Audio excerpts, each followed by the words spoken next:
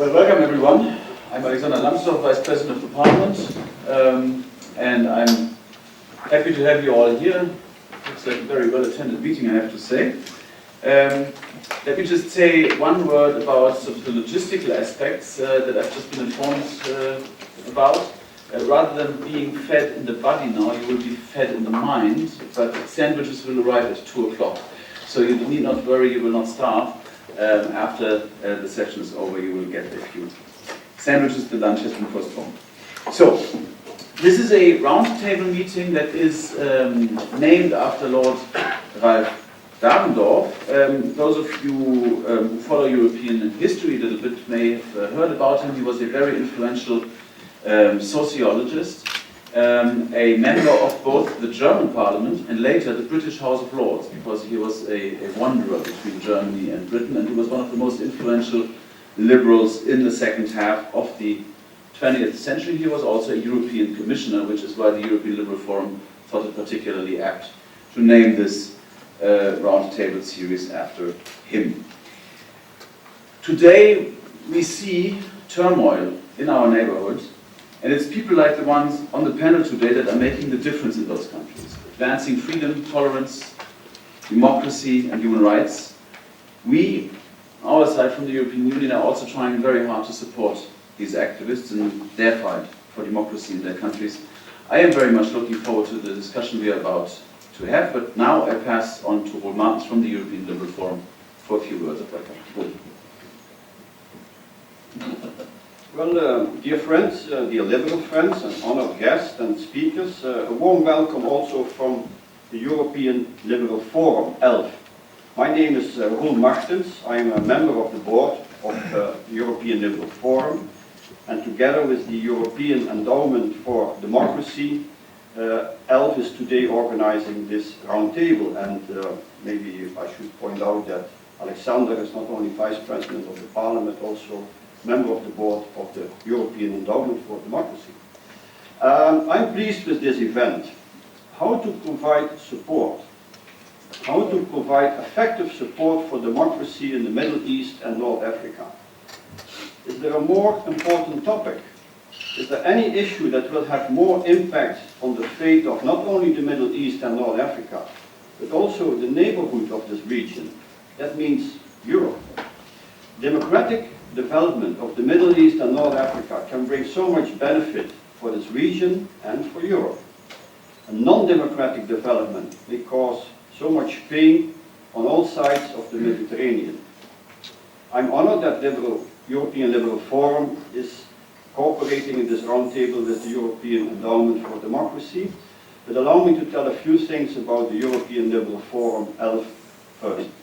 ELF is the foundation of the European Liberal Democrats, the ALDE party in this House of the European Parliament. We issue publications on liberalism and European policy issues. We provide a space for the liberal discussion on European politics. We offer training for liberal-minded citizens.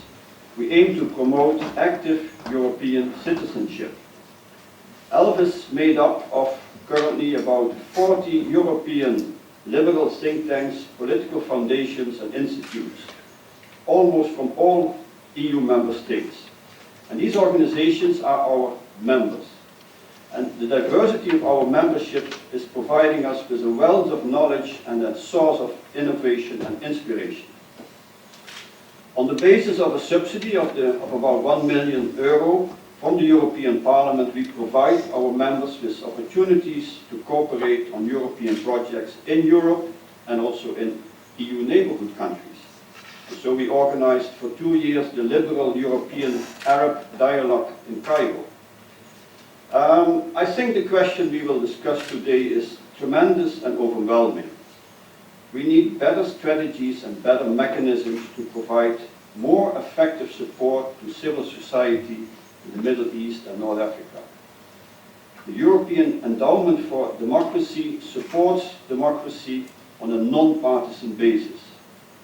ELF is at the forefront to promote active citizenship.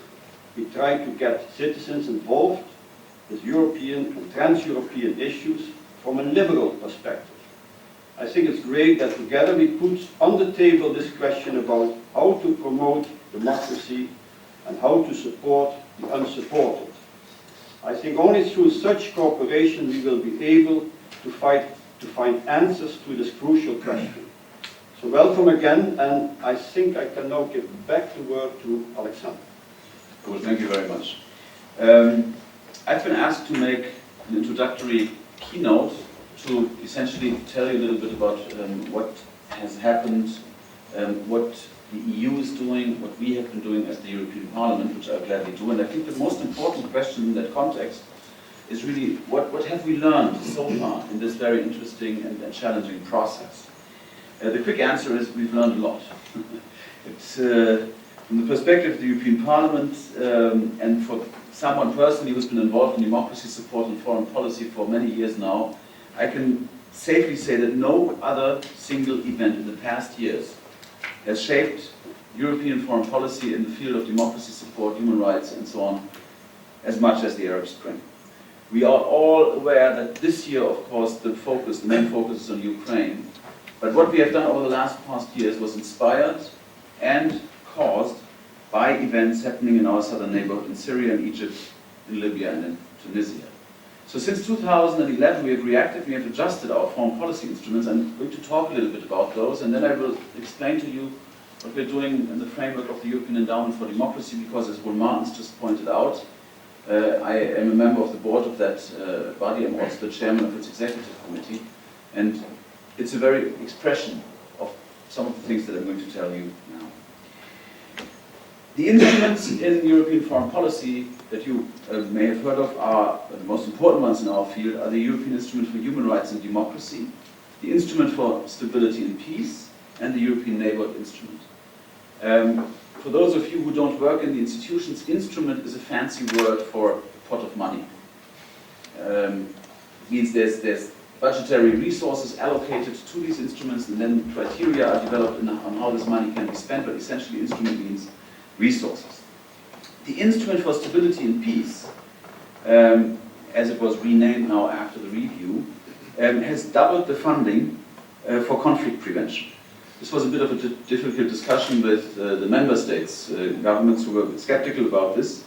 But the Instrument for Stability used to be a reaction instrument. It is now supposed to become a conflict prevention instrument. Therefore, it's been renamed Instrument for Stability and Peace to promote peace-building activities. We also have a new European Neighbourhood Instrument, and we want to be faster and integrate into our neighbourhood policies democracy support, democratic values, and human rights. So there is a preparedness here to give more to countries who do more in terms of democratic reform. The European Instrument for Human Rights and Democracy has been used also in the past to support civil society actors in Northern Africa, but also in the middle of the democratic uprisings. Over the last few years, we have gone the extra mile in the EU to mobilize funds in response to the new situation in transition countries, amidst, and I think that's quite remarkable, Europe's own economic and monetary crisis. We want a stronger voice for the Parliament in EIDHR, as the instrument is known by its abbreviation, and we increased the human rights and democracy budget by about 1/5, 20%. We also ensure tailored support for human rights defenders in dangerous situations. That is something that is particularly important in this instrument. Also, there was a special emphasis on creating less cumbersome procedures for people who apply for support. And yet, potential beneficiaries still have to fill out dozens of pages, then wait several weeks if all goes really well, usually it's months, for a decision, and then a few more months before the first payment actually arrives in the bank account. That is not okay. That is simply not okay. Even after the reform, these instruments are still subject to all the limitations that are a reality under the financial regulation of the European Union. And democracy activists in countries that change rapidly, they don't have that time. They don't have that money in the bank account. They don't have the cash flow to generate or to be able to do their work without the support that they're supposed to give. So by its nature, because of these facts, EIDHR, even EIDHR, is more reactive than proactive, And in short, all the conventional instruments, despite the improvements, are not up to what we want to achieve. Mandates are too narrow, the decisions are taken by civil servants, they're usually risk averse, both in terms of political risk and in terms of financial risk. This is why the European Endowment for Democracy was created. This is precisely the reason, because it was an embarrassment to the European Union how slow we were. Just to give you one example, 2 election experts were supposed to be sent to Tunisia to talk to the National Election Commission there under the instrument for stability, the rapid reaction instrument, mind you. They were literally sitting in Vienna at the airport for 2 weeks until the last signature could be obtained. This is, as I said, not okay. So, we created the European Endowment for Democracy with the specific mandate to support the unsupported and to foster, not to export democracy, to foster democratic movements, to draw on the experience, also on the experiences of the transition countries inside the European Union, particularly Poland, the Baltic countries, and the other Central and Eastern European countries. As I mentioned, the old instruments were too small, were too slow. So what we've done with the European Endowment for Democracy is we've created a hybrid instrument. Hybrid means that it is a private foundation under Belgian law. It is not an EU legal instrument. We operate at arm's length from the EU's institutions. We do not take instructions from the External Action Service, and sometimes the endowment does things that the EAS disagrees with, or the Commission, for that matter. It is an independent private foundation, but it is hybrid. So the financial support comes from the Commission and the EU member state. Still, it is not an agency or an instrument of the European Union in legal terms. What are the advantages? The decisions are taken much more rapidly. Sometimes we can take funding decisions within 48 hours. We have a protected communication system amongst the members of the executive committee that makes it possible for us to take these decisions very rapidly. Second difference from the traditional instruments, we are willing in the European Endowment for Democracy to, yes, support, for example, organizations that are not registered, or young organizations that don't have a proven track record. I mean, it's the nature of a transition that new organizations spring up. And they don't have a track record, administrative, financially, etc., which makes them ineligible for all the European instruments. We are prepared to take that risk. And then what I find the most important element about the European Endowment for Democracy and what we're doing with it is that in the executive committee, which consists of only 7 people, civil society has a veto. We have 7 members there. It takes 5 to take a decision, and the composition of the executive committee is 3 representatives of civil society, 2 representatives of the member states, currently Spain and Romania, the executive director of the EED, and 1 member of the European Parliament, which in this case would be me. Without the expertise from civil society, the decisions that we might take as parliamentarians or as civil servants would probably not be as good. These people from civil society know exactly how grant making is done. They are testing and probing into every single application very, very thoroughly, and therefore it is both a quick but also a highly qualified decision that I think has proven its worth. What is important to us that in all our activities with the Endowment for Democracy, we do not duplicate the work of the instrument. There should not be overlap. We want to complement the EIDHR and the Instrument for Stability and Peace. For example, sometimes we can launch processes, we can support organizations that are young and don't have a track record, and through our support they then create a track record and then become eligible for the instruments, which is also reasonable on the timeline. So these are the activities that the endowment is undertaking, focusing on civil society, focusing on movements, focusing also on individual activists. So we will also support persons, sometimes both materially with money, but also with expertise, with coaching, with just practical help. Now, for some of our partners, it is also a lot easier to accept support from a private foundation rather than from either a national government, so a foreign authority, or the European Union, which in some of our partner countries in the neighborhood is also seen as a kind of a government. Now, we of course know that the EED is not going to solve all the problems that we have, and we are still a very young organization, a little more than 1 year of funding activities now, but by European standards, and those of you who know Brussels a bit, realize that setting up such a body in less than a year, and then have 1 year of operations already, is light speed.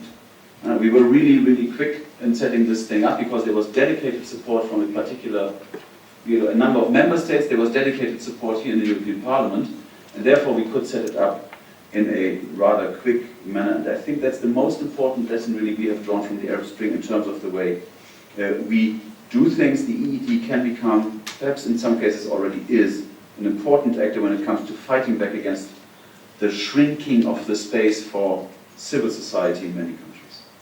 Now, in the Eastern Partnership we operate in 6 countries, but in the southern neighborhood it's 9 countries and territories that we're active in: Algeria, Egypt, Jordan, Lebanon, Libya, Morocco, Palestine, Syria, and Tunisia.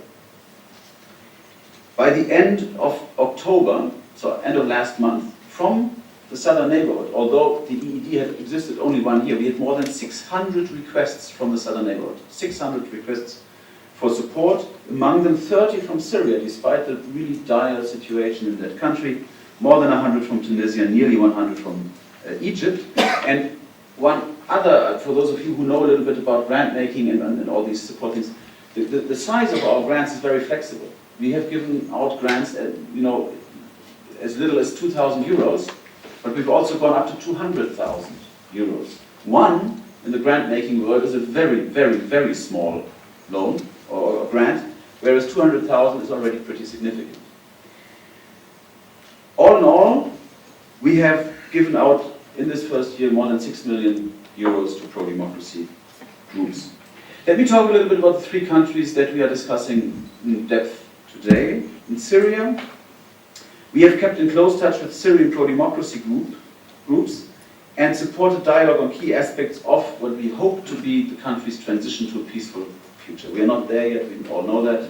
We are operating out of other countries in Syria, obviously, but issues like constitutional reform, security sector reform are discussions that must be had even though the situation in the country is still as bad as it is right now. We have also supported independent media to print and distribute in areas that are no longer under the government's control. In Tunisia, we funded a range of initiatives, and to give you an idea how diverse this can be, street theater has been supported. Women's rights campaigns, obviously, have been supported. Of course, in the media, we have also done things there to support a pluralistic media landscape. One of the projects actually is a satirical newspaper. And satire is always something that's pretty delicate. That's also something where the Commission or the EAS will be a bit hesitant, because satire can actually ruffle feathers and upset people, which is exactly what it's supposed to be doing. Having been the object of satire, I know what I'm talking about.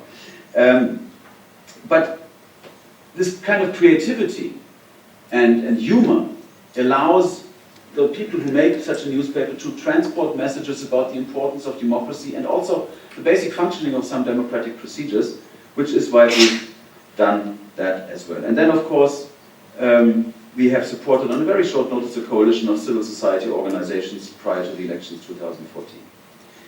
As far as Egypt is concerned, we find that the situation there is worrying. The space for civil society is shrinking dramatically.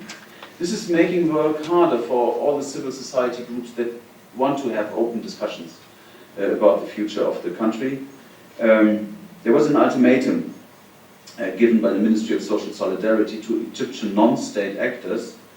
They would have to register as NGOs under the very restrictive association law by the 10th of November, so by a few days ago. or they would face penalties including prison sentences.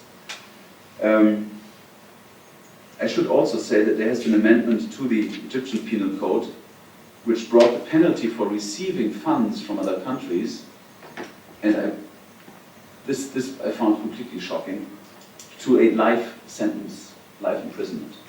If you accept money from outside Egypt to become active in your country on its future, you are possibly faced with a life sentence for that. I hesitate to call it a crime. It is under the Egyptian Penal Code, but in a democracy this can of course not be a crime. Fortunately, November the 10th has come and gone. We're happy that so far there has not been a crackdown, but it doesn't mean we're not staying vigilant. We're also trying to get together donors, trying to help civil society organizations, discussing the best ways to keep on being engaged with them on the ground. This trend, shrinking space for civil society and democracy actors, is something that, of course, we're not seeing only in Egypt, but we've seen it for a long time in Belarus. We've seen it in a dramatic way over the last few months in Azerbaijan. We are seeing it in Russia, in a less dramatic way, but still in a worrying way as far as the freedom of the media is concerned. Turkey is a country that worries us as well. And it shows that the European Union must stay watchful. This is our immediate neighborhood. We must have a comprehensive concept in our foreign policy that includes democracy and human rights at all times. We must also focus on enhancing the role of civil society organizations when it comes to sustainability of democratic change. We must reinforce their capacities to promote democratic structures supporting political processes beyond election day, beyond the immediate revolutionary and election situations. The EED was created to address these needs, to provide a helping hand for those who will not put up with oppression, lack of opportunities, and limitations to freedom. And we have seen a number of successes. I'm particularly encouraged by the elections in Tunisia. I think that has proved many wrong who said that democracy in an Islamic country cannot work. I think the Tunisian elections have proven otherwise. So there have been a number of successes. We are confident that we are doing the right thing.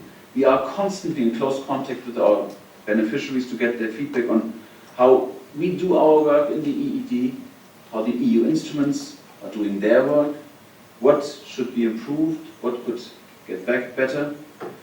I admit much of what this is about learning by doing, but we are still in a major historical situation. We're doing our best as Europeans to support the friends and partners who lead us in these countries in our neighborhood, and we will continue to do so. And let me conclude by saying that coming from Germany and having commemorated the fall of the wall here yesterday in the plenary, all of you who look at the opened Brandenburg Gate, you should take this as a symbol of hope. I grew up in West Germany. I did not expect ever to see the wall fall or the Brandenburg Gate be opened. So impossible things can happen. Very daring dreams can actually become a reality. And those who dream these dreams, they deserve our support, and that's what we're here for. Thank you very much.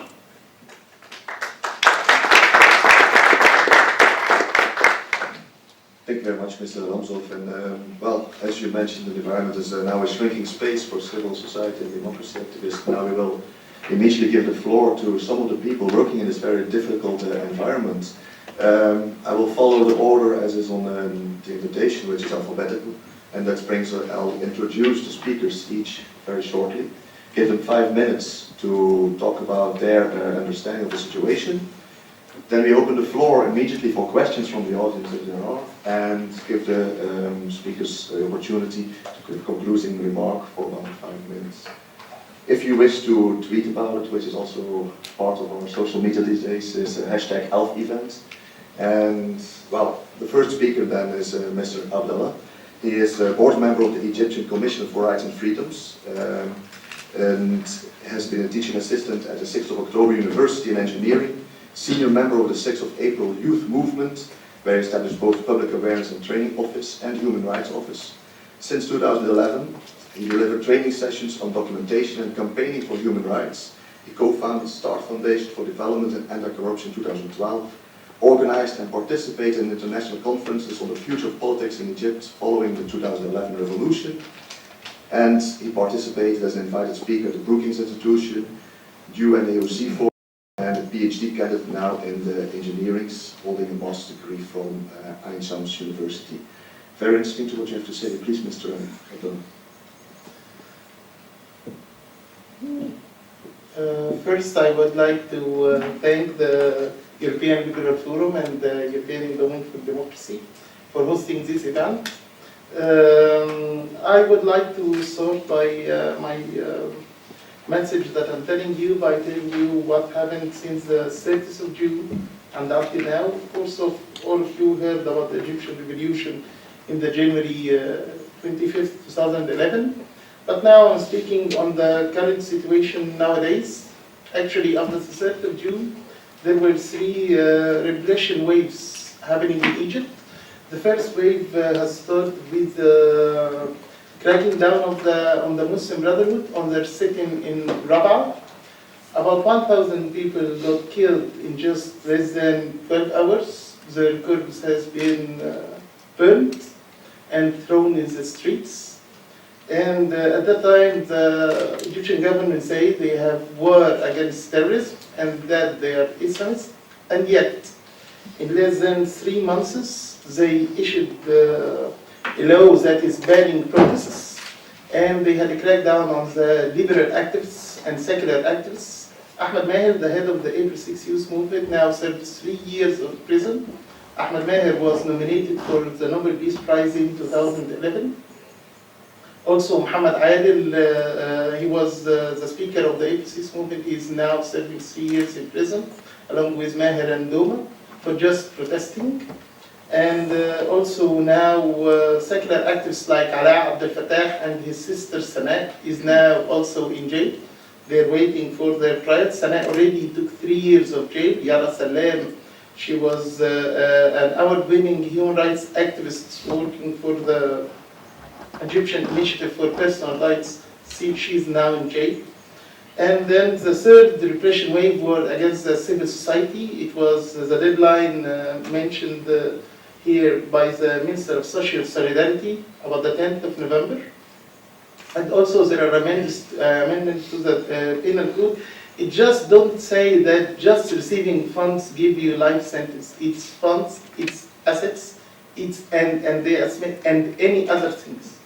And just proven by an email, even if it's true or it's fake. It's life sentence. And if you are a public official, then it's a death penalty. It's really now dangerous in Egypt. Yes, we have broken the wall of fear in the January 25th, 2011, but now the authorities are now rebuilding the wall of fear. Now we have cases that mom may be afraid and she tells the police to take her son, that he is joining the protest, he is pro-democracy. Now all the independent people who work at the media who are liberals are now fired from their position. Now Bassem Youssef is in his house, one of the major media people that are pro the Egyptian revolution and are pro-democracy. Now there are secret prisons in Egypt. Maybe you have seen the Guardian piece talking about Al Azuri prison, where people are tortured, and then they make fake prosecutions to them, so that when they come to the real prosecution, they just tell what the authorities want them to say in the prosecutions. And maybe you have heard the UPR on Egypt in the Human Rights Council and seen all the notes that have been by countries about what's happening in Egypt. Now we have more than 40,000 people who are detained in prison. Some of them are really have really died out of the place of detention, which is not equipped for humans. Most of the human rights activists right now have went abroad. They're afraid of detention in Egypt. Sam Bahgat is now abroad, who is the founder of the EIPR, one of the biggest human rights organizations. Now Gamal Eid is abroad already, and they're well-known human rights activists now. So the human rights defenders now are either in jail, or either abroad, or they are threatened by either being jailed, or some of them were threatened to be killed by the authorities. And now this is what we have reached after 4 years of the Egyptian revolution, who has inspired a lot of people. And now we have seen the activists that all the leaders here in Europe and in the US would like to meet them at that time, like Maher, like Adel, like Abdoma. They are now thrown in 2 meters by 2 meters cell, and no one actually asks about it. And this really hurts. We are here to ask you to continue your work to support the democracy, and hereby to call you to start a campaign in the memorial of the January 25th revolution, to tell those detainees, the liberal detainees, the secular detainees, that you are with them and they are not forgotten. Hopefully we can do that now, and hopefully that the EU will really support democracy in Egypt by all means. Thank you.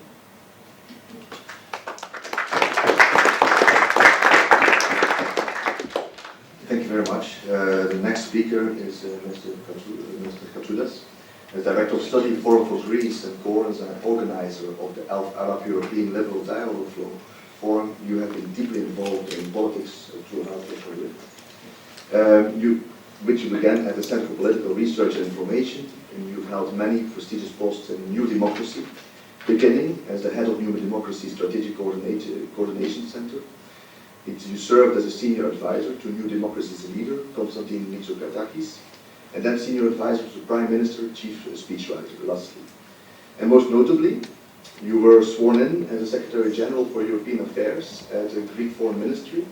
You've been an avid writer throughout your career, writing on numerously scholarly journals, such as European Journal of Political Research, West European Politics, co-editing and co-authoring Political Change in Greece before and after the Commons, as well as being co-author of Broadcasting and Politics in Western Europe.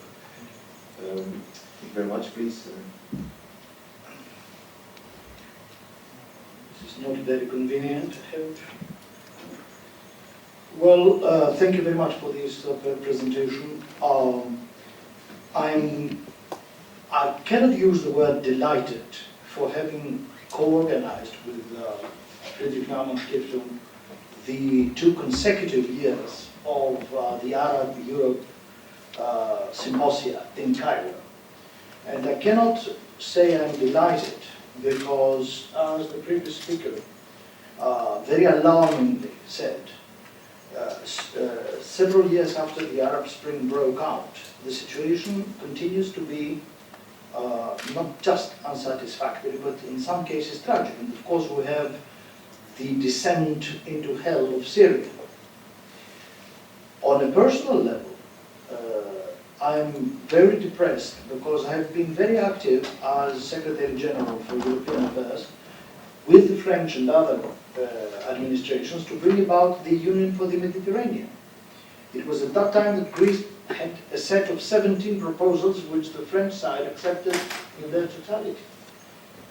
And our idea was to bring the 2 shores of the Mediterranean closer. Our idea was to create synergies that would not be just theoretical, but would bring the societies on the 2 sides of the Mediterranean much closer in every way. For example, complementarity projects. A motorway in Tunisia facing a motorway in Italy so that the transfer of goods will be immediate. Railway systems.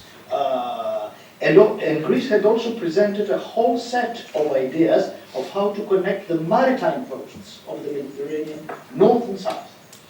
It is not, I believe it's not only just my belief, but it's Greece's belief, because Greece was always open to the world as a country. It still has the largest merchant marine in the world. So the idea is that you cannot improve democracy unless you communicate with those who are already democracies. It is essential. When we had a junta in Greece, what has saved Greece was the support of Europeans that they didn't accept. As they didn't accept the military rule as a normal phenomenon. Now, I was asked to say what were my conclusions from my contact with the Arab liberal intellectuals these 2 years. My conclusions are that there is much more human capital in the Arab world than Europeans think. It is important for Europeans to understand that there are lots of people in the Arab world who have liberal set of mind, who could, if united, indeed properly informed of how to act strategically, they can produce results. That's the first remark. And then vice versa. We from the Forum for Greece, we put forward 2 basic ideas to our Arab friends. The first basic idea, which I would like you to remember, is this: we do not consider any culture incapable of adopting liberal principles if historical circumstances are prone for these principles to be introduced. And in order to fortify this point and give an example, we have stated the case of Greece 2.5 centuries ago. Greece at that time was occupied by the Ottoman Turks. We were forcefully kept backward.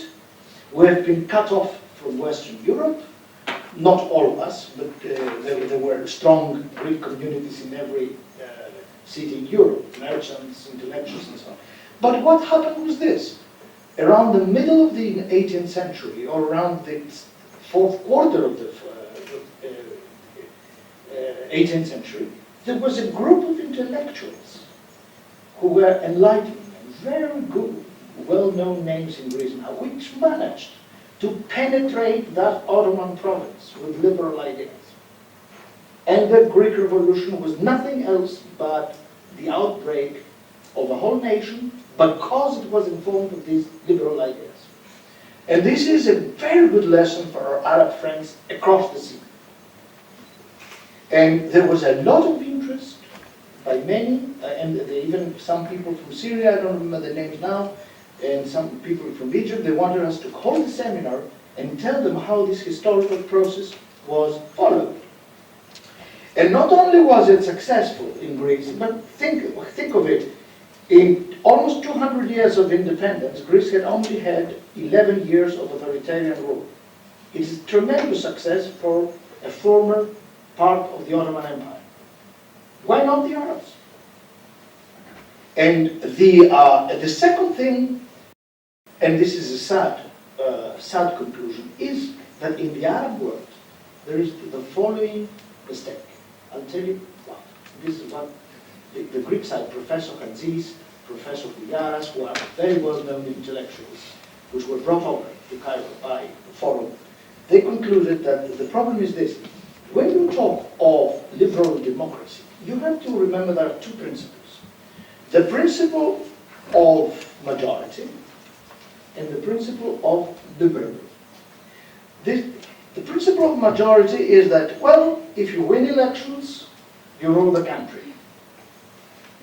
What the Arab world is in difficulty of understanding, particularly all these people who now lead dictatorships again, is democracy is never complete without the second principle as well, the liberal principle. And that means that even if a majority wishes to carry out a project infringing on basic rights of the citizens, it should not do that. And this is the difficult point in the Arab world. They don't understand, not all the Arabs of course, but the governments in the Arab world tend to ignore the second principle. Look at Morsi. He got a large majority, he became the government, but then immediately he forgot that he had to abide by certain principles in exercising this government. This is the important thing. And I will conclude by saying, this first stage, by saying that there has been a tremendous effort at the Council of Europe for putting forward proposals of getting out of the crisis, particularly in Syria. But it is 2 things we must do, and I will come to it later when the round table comes back to me. First, a concrete strategy of getting out of Syria.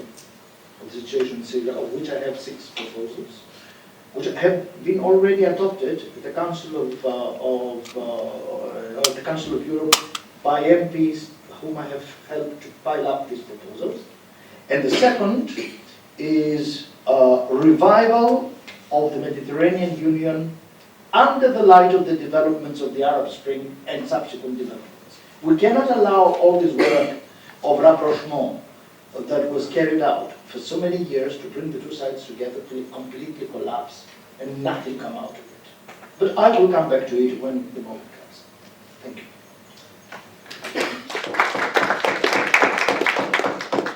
Thank you very much. After a painful introduction of the situation in Egypt, we had a careful message of hope. And now we're going back to the Middle East. Mr. Sarkis is a Syrian pro-democracy, or the son of Syrian pro-democracy dissidents, and chairperson of the Association de Soutien aux Médias Libres.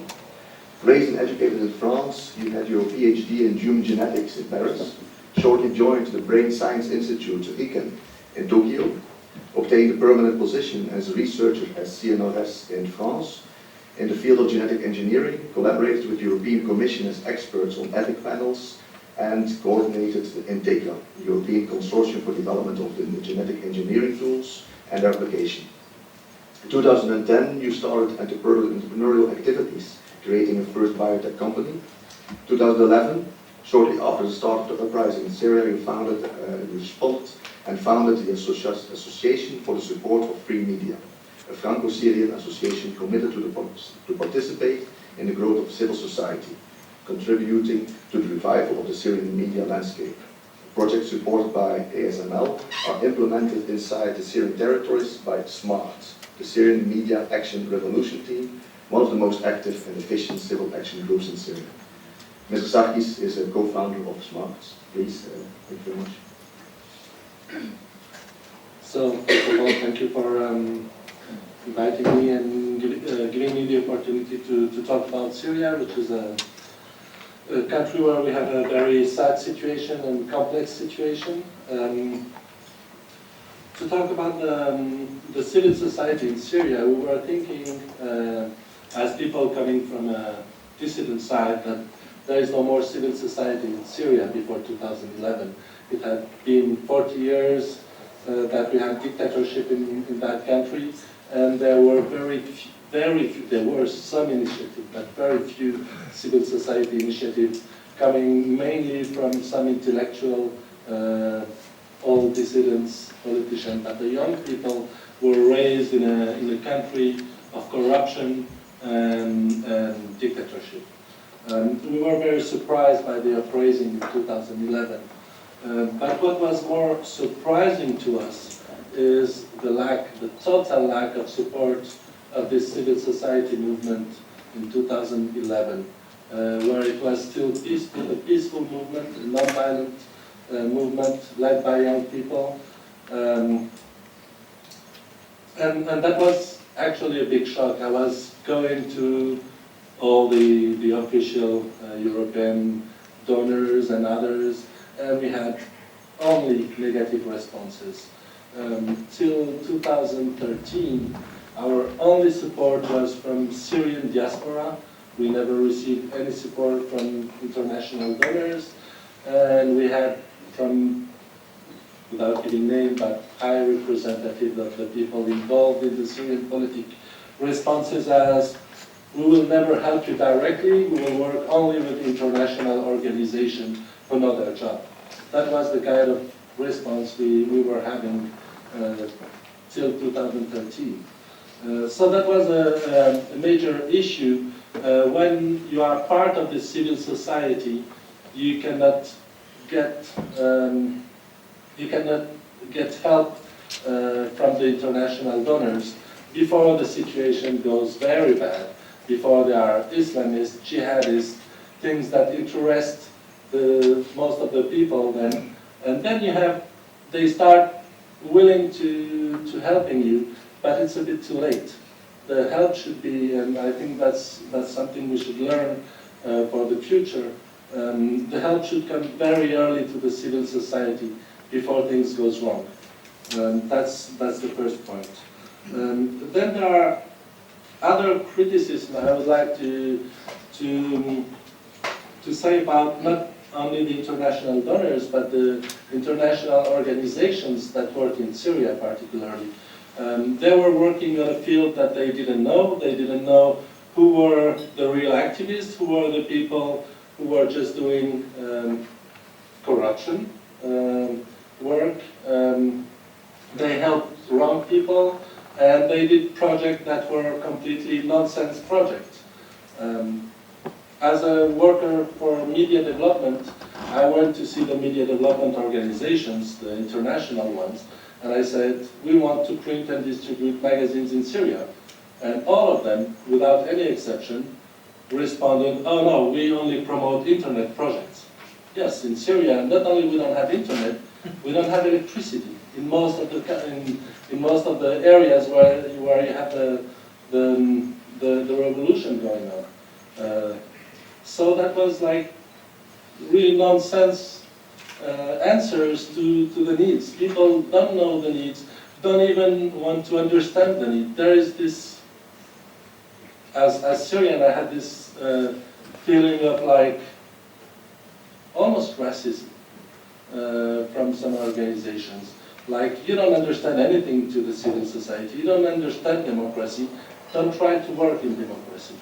As a Syrian NGO trying to help independence or trying to promote independence of media and freedom of media in Syria, we had the normal answer was how Syrians can help Syrian media.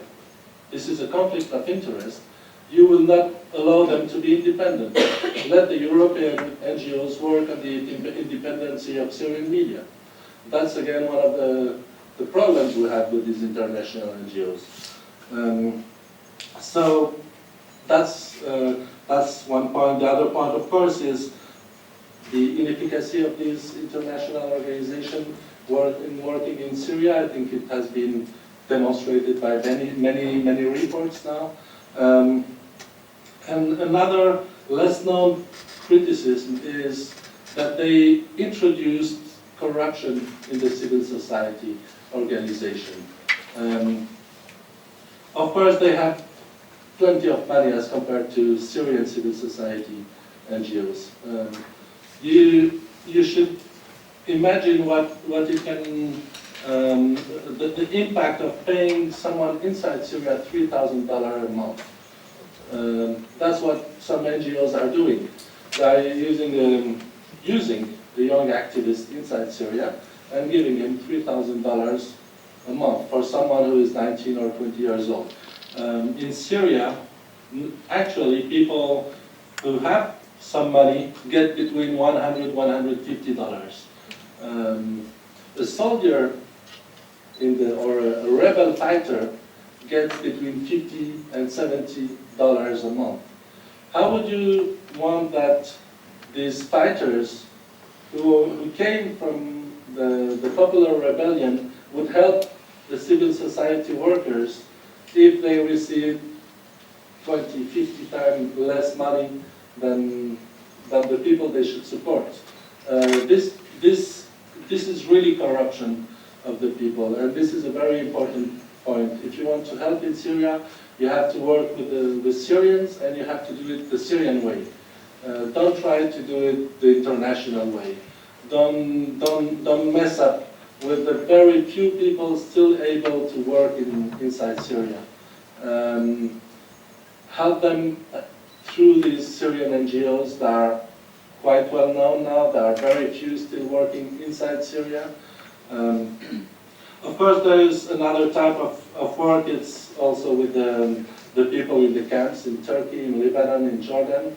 Again, there are a lot of relief projects, very few projects for civil society, pro-democracy project or education of people.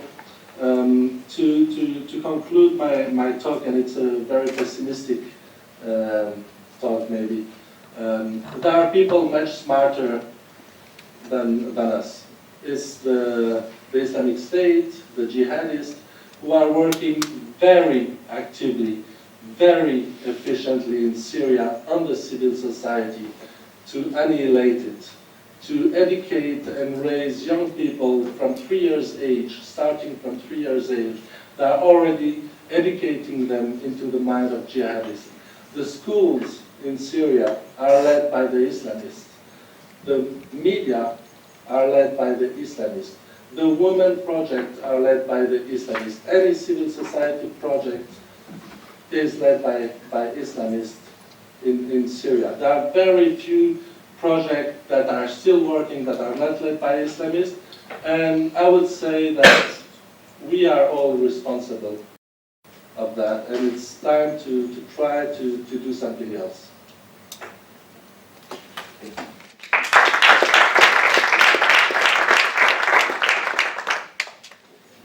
Thank you very much for your insights. Yeah, they're too late, they helped the wrong person. We go from here to Mr. Scheltens. You've been active for a long time for the Institute for Multi-Party Democracy, responsible in 2011-12 for founding the current Tunisia program, consisting of a school of politics, which mixed political party, youth, civil society participants. You were a steering committee member of the EIDHR-funded SUDEL Consortium on Electoral and Dialogue Support Program in Libya in 2013. Involved in the EIDHR-funded Inspired program on developing an operational model for inclusive multi-stakeholder policy dialogue, which was piloted in 5 countries, including Tunisia and Morocco. At the Institute for Multi-Party Democracy, you are currently also involved in methodology and knowledge development programs. And previously you worked for the Dutch organization Pro Demos, House for Democracy, Rule of Law, specialized in public participation in politics, and also in your studies already, you studied political science at the University of Amsterdam. Please. Thank you very much for that elaborate introduction. I work indeed for the Netherlands Institute for Multi-Party Democracy, which is an organization that uses the slogan by parties, for parties. We were founded by 7 of the then 9 political parties in the Dutch parliament, amongst 2 liberal parties who are also active in the European Parliament. So in that sense, we are here at a session that was organized by 2 of our 7 founding fathers. So first of all, thank you for that invitation. NIB, however, itself works non-partisan and neutral. What we try to do is promote dialogue between political parties and do capacity strengthening for political parties. However, if we talk about the examples of the lack of liberalism that we've seen from the examples by our 2 other speakers, then it's not very difficult to, even from a non-partisan or neutral position, to very much defend liberal principles, because we live here in Europe in what we call liberal democracies anyway. It may surprise you that I am here. I think it's best that my last name starts with an S and that I was just the last speaker to talk about political parties, because we're talking more about civil society.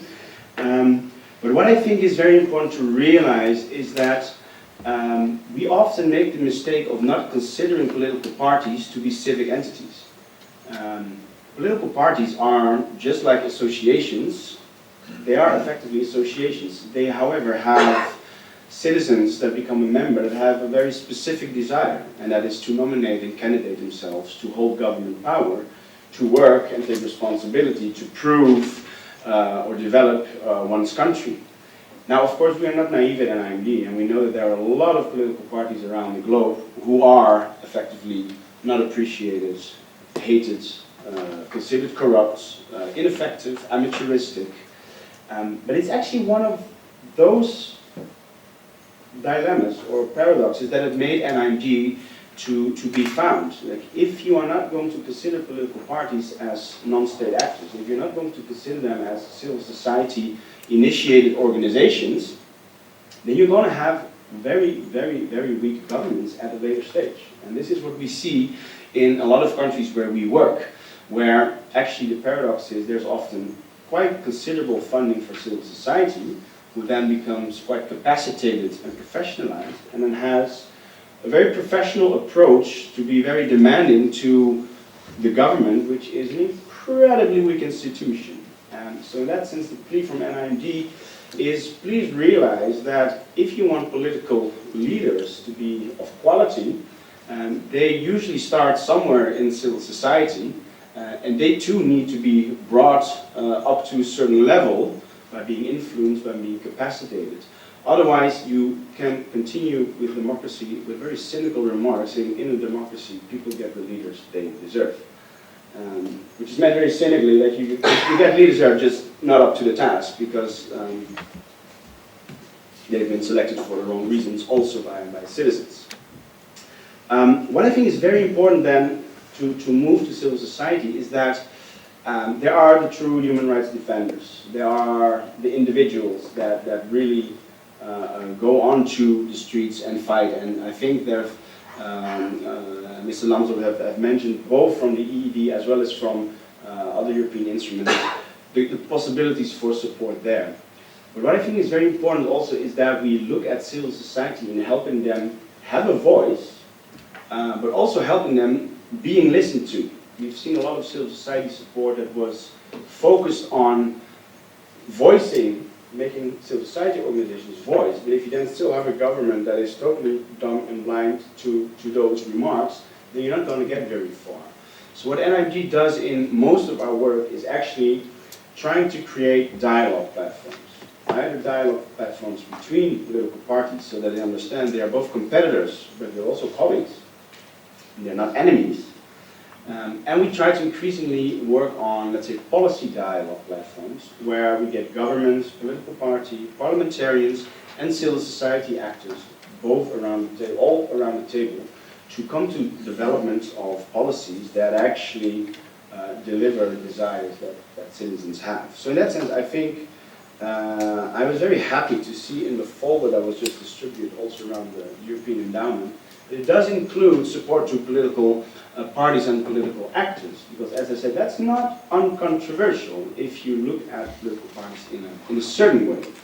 So I think compliments there for including that in let's say, the portfolio of type of activities. If I would go to very concrete examples of what we do, in Tunisia we've started a school of politics, and in many other countries we have democracy schools.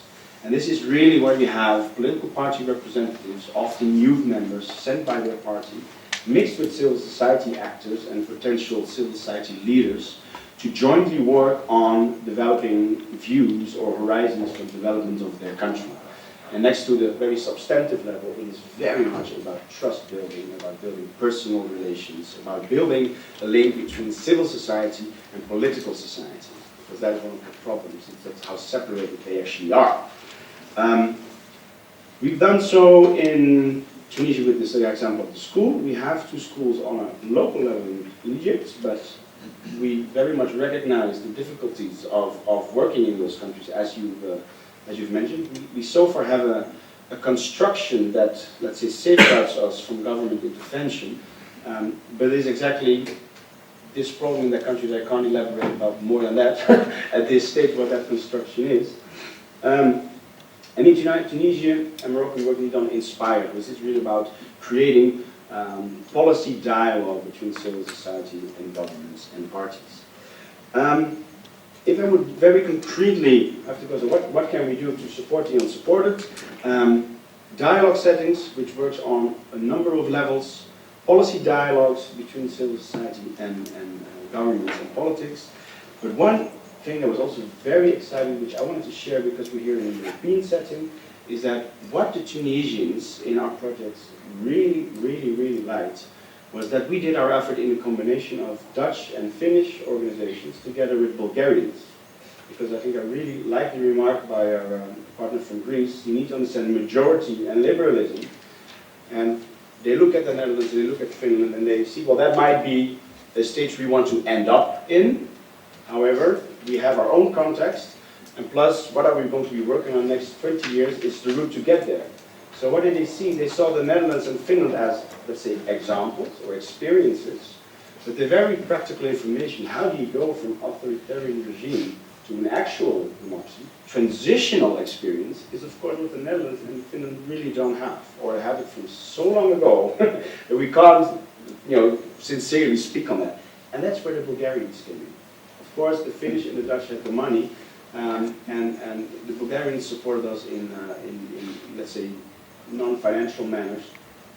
But that dynamic worked very much. And if we are looking at European instruments and European efforts with our neighbors, and it's very good to distinguish the different qualities that we have in Europe. And that is, let's say, the established experiences and the transitional experiences. And if in our efforts in Tunisia, but also in other countries, we can combine that. The Ottoman Empire was mentioned. Bulgaria did it specifically because they feel historically they have actually ties with the Arab world, having been part of the Ottoman Empire. There will be more examples like that. I was this morning at a session where former Serbian President Boris Tadic was present, and also there you see these different experiences that might be a very good offer. Thank you very much.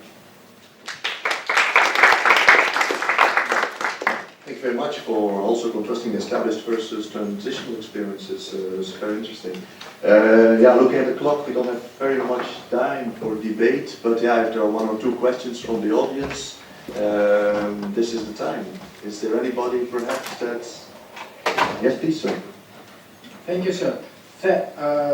In the beginning, I would like to start by thanking the ALF and all the speakers for the information that they shown us today.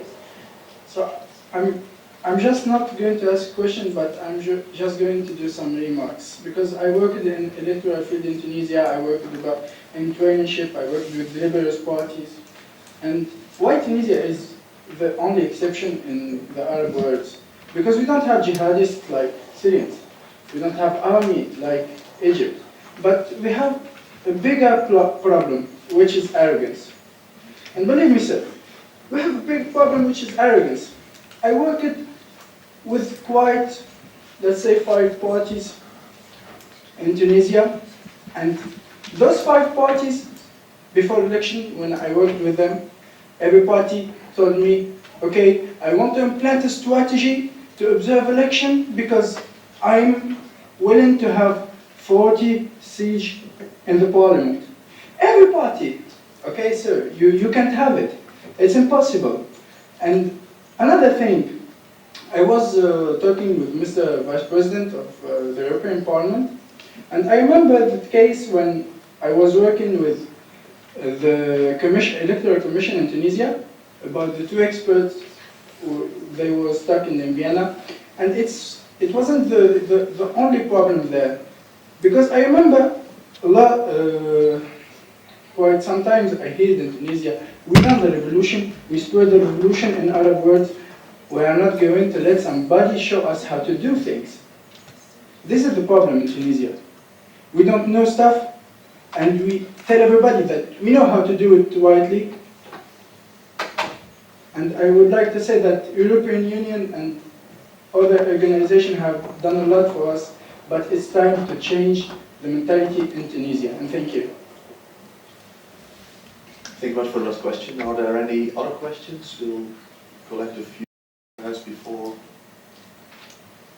Yes, please. Thank you. I have a question which is a little bit more practical. How democracy can help against the Islamic State? Because we are talking about the promoting democracy in Syria, and the European Union was often accused by Syrians for intervening too much into the democratic processes, that they are trying to deliver a kind of understanding of democracy that is popular in the European Union, but that doesn't respond and correspond to the Syrian understanding of democracy. And okay, in the Syrian constitution they have already allowed the political parties in 2012, but there are still no political parties that were participating in the elections, and also during the presidential elections in June that happened actually, despite of all the protests from the Western world. But yeah, maybe then democracy is not the proper tool. Maybe we should just educate people there more. And where do you put the center of the gravity here? Because also the multiple political parties are possible only in transition, but transition is not possible without peace. So in Syria, on what do you think we have to concentrate on? Educating people, on establishing peace, or on supporting democracy? Thank you. All right, thank you very much. There's another clear question. Perhaps one more before we... Yes, please, sir. After the question is to Ahmed Abdullah, after the overthrow of Morsi, there was strong opposition to the Muslim Brotherhood and strong support for Sisi. Do you think this has affected public support and the public perception of civil society initiatives, as that was a tool that was often used by the Muslim Brotherhood?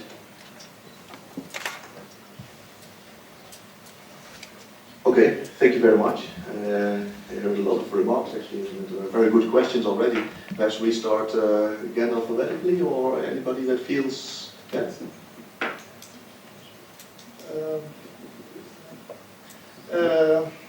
I'll start by your question. Yes, at the 30th of June, there was strong hatred of the Brotherhood in the community.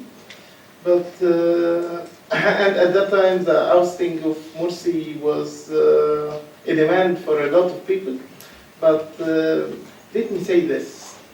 Yes, any coup starts when the people demands it, okay?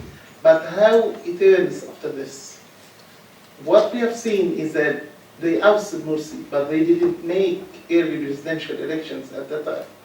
First, they smashed out the Brotherhood, killed them, burned them in the streets, and then they came to liberal and secular activists and jailed them, and then they threatened the civil society people, and they not even threatened to kill, they killed someone. Yesterday, one of my friends in the April 6 movement in Nahia, in the place when the first march of the January 25th protest started by the April 6 movement, he was killed yesterday in front of his house. Okay, let me tell you this. After finishing the Islamists and the secular activists, they made the presidential elections. And guess what? They took 2 days to ask people to go to vote, and they extended it for the third day because no one went to the electoral poll stations. Yes, maybe the coup was good for the people because they asked the Brotherhood, but now no one supports this. Now they see that everything is being more expensive. There is no actual freedom inside the country. People are detained from the universities. They have been detained from their work. And more than 40,000. 40,000 in a place like Egypt, you see every village or every family, they have someone who is detained right now. So it is not gaining that popular support, and if so, he would have made the parliamentary elections.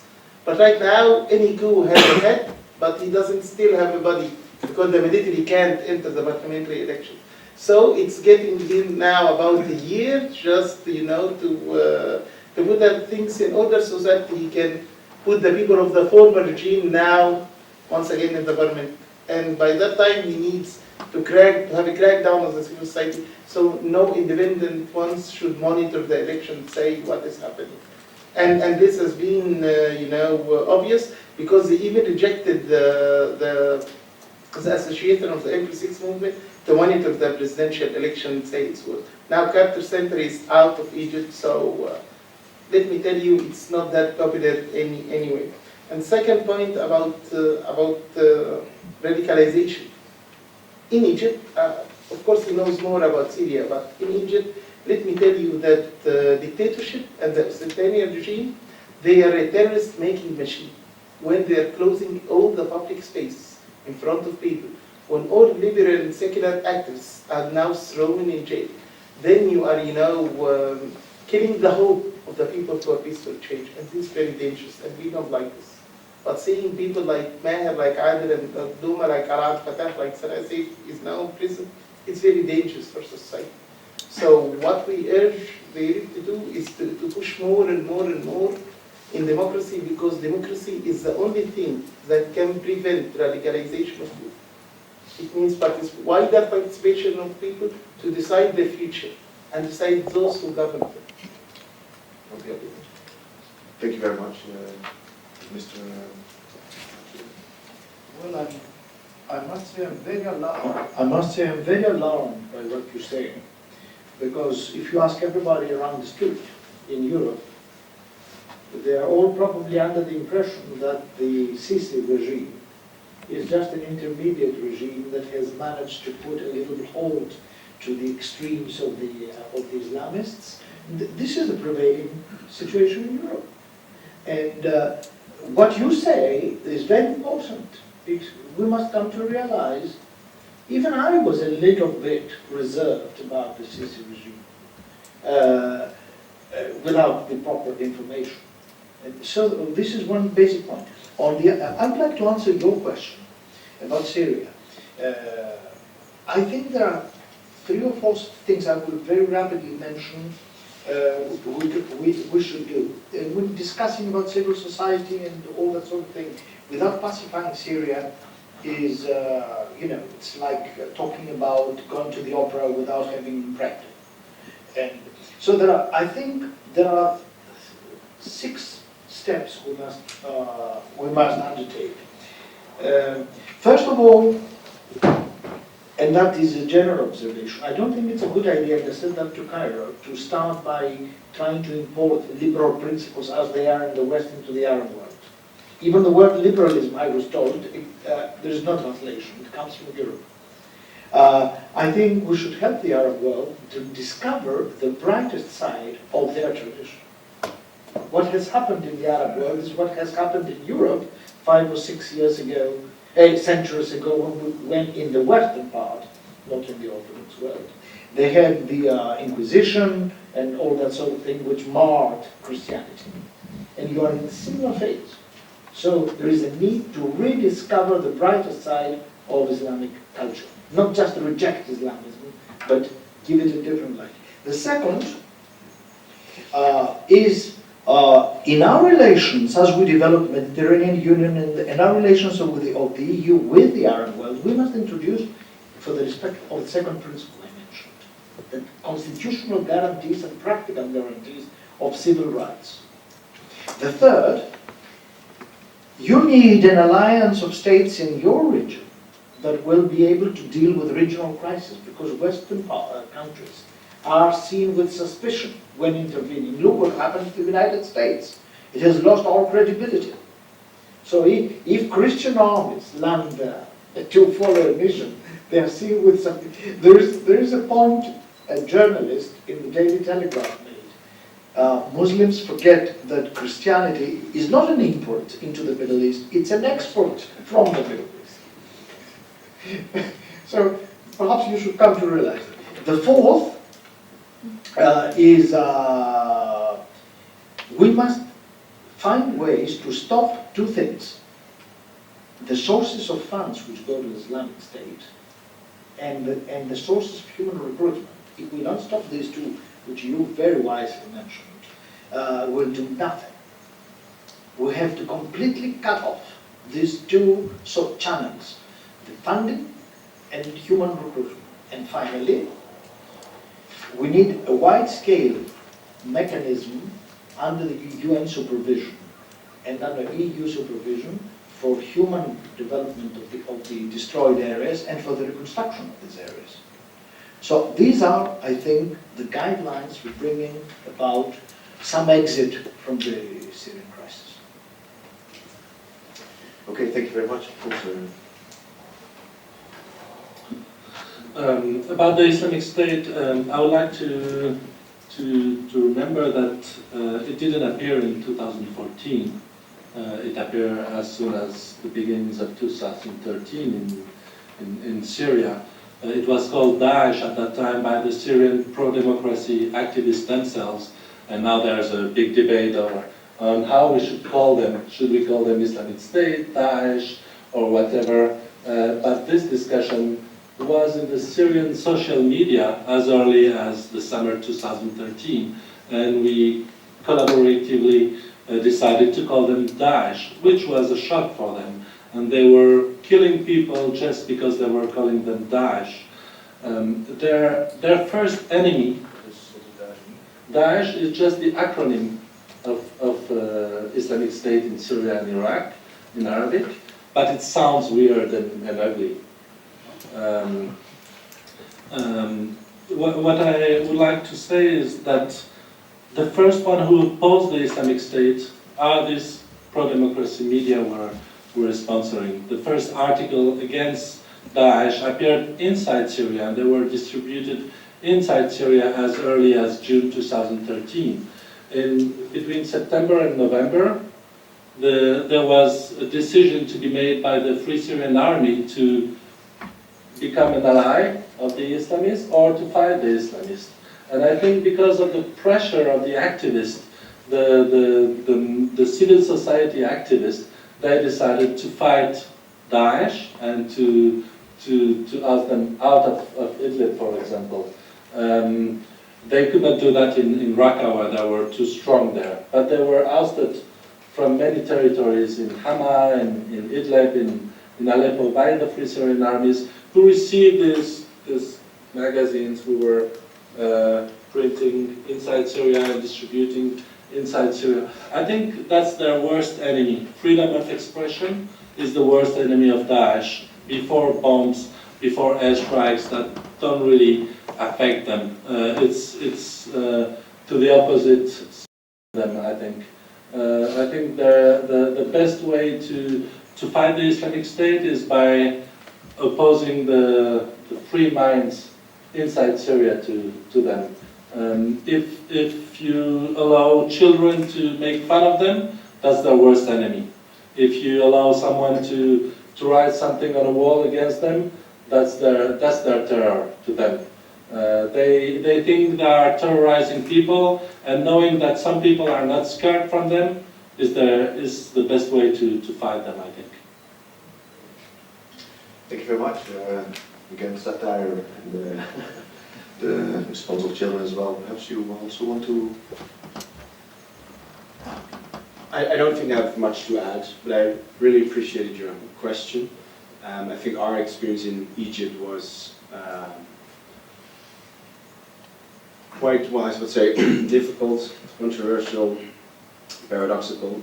We have seen the Muslim Brotherhood and even more Salafist parties jointly in a popular election get about more than 75% of the vote. They have then enormously quickly lost the support of their society by their behavior.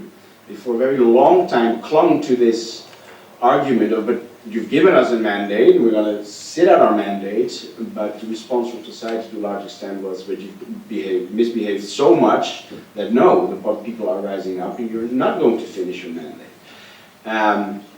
In the end, that materialized in a coup, which is again, of course, not the situation that you would want it to go if there was an actual popular uprising, and that then resulted in this party being forbidden, chased, captured, murdered, executed, which, of course, in the essence of your political freedoms, is one of the gravest things you can do if you support liberalism. In that sense, I think it's very just that Mr. Abdallah points out the impopularity of the presidential elections and the timing when they were held to really not consider them any sincere and genuine and legitimate elections in the first place. For NIMD, that would normally mean that we have to stop working there, because we only work in countries where we can work with all parties, because that is our principle. And so what we are doing right now is to kind of more on an implicit level try to still have people who can no longer, of course, say that they are supporters of the Brotherhood, still participate in all kinds of multi-stakeholder, multi-party, multi-government dialogue settings. And that for us is now a pilot, so to speak. It's a test case, because if it turns out that is not possible, then it is also for NIB quite clear that the development of democracy in that country is just not going there, that we with our very niche expertise can have a role there. But it's also surprising, and I want to refer back to the remark that our colleague from Syria made, you also need to really know when you say support the unsupported, and you mean civil society, which civil society are you talking about? Because I think we know from everywhere around the world there are countries where the state pretty much creates its own civil society. Now if you want to go and support that, that is an effort in futility for your efforts towards democratization. And even there we had experiences where our local partners in Egypt who wrote a proposal which they would implement after the ousting of Morsi, had in their new annual plan an introduction which was so gravely anti-democratic with regards to how they spoke about the Muslim Brotherhood, that we really had to say, that's interesting to know. And of course we had to decide whether or not to terminate our collaboration with them. So let's not make the mistake of considering civil society neutral and pro-democracy per se. They come in many varieties. And the other element is, of course, that also due to our efforts, there are a lot of civil society organizations who actually at a certain point stop being civil society organizations and actually become NGOs.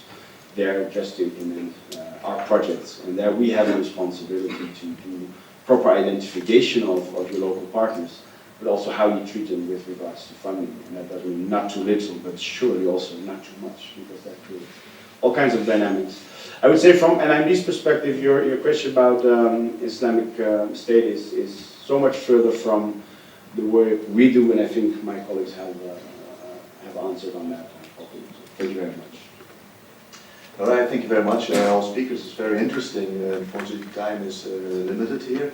Perhaps you could have a small, short closing remark, if you could bundle it in 1 or 2 sentences, maybe. I know it's very difficult, it's a difficult project, but then, yeah, we start again with the... Okay. In the conclusion, I would like to thank all the people who participate. Nothing more to mention other than adding to what my colleague said. It's not just the Brotherhood who got banned. The April 6 Youth Movement is banned by court in Egypt. So actually there is no liberal or actually democratic institution is now immune against the government. And then but still I still have hope. We have wonderful youth who participated in the revolution and who stick to the values of human rights, defending human rights and democracy. And this is the hope of our country. Thank you. Thank you very much. Please. I don't think I have anything more to add. It was quite clear. I talked a little bit more than I wanted. Yeah, but then Mr. Sakis. Just a few words, I think, about Syria. There are seeds of democracy inside Syria. These are this civil society organization, and they need water to grow, and they need a lot of water because there are also seeds of dark ages made by the Islamists, and they are pouring much more water than the pro-democracy people are pouring on the seeds of democracy. Okay, thank you very much. I'll just quote the slogan that we use in our work a lot to emphasize this dialogue, but also this effort of the awareness that you'll have to engage and make some dirty hands sometimes, or work with people with dirty hands to advance. That is a quote from Nelson Mandela: if you want to make peace with your partner, if you want to make peace with your enemy, you have to work with your enemy. Then he becomes your partner.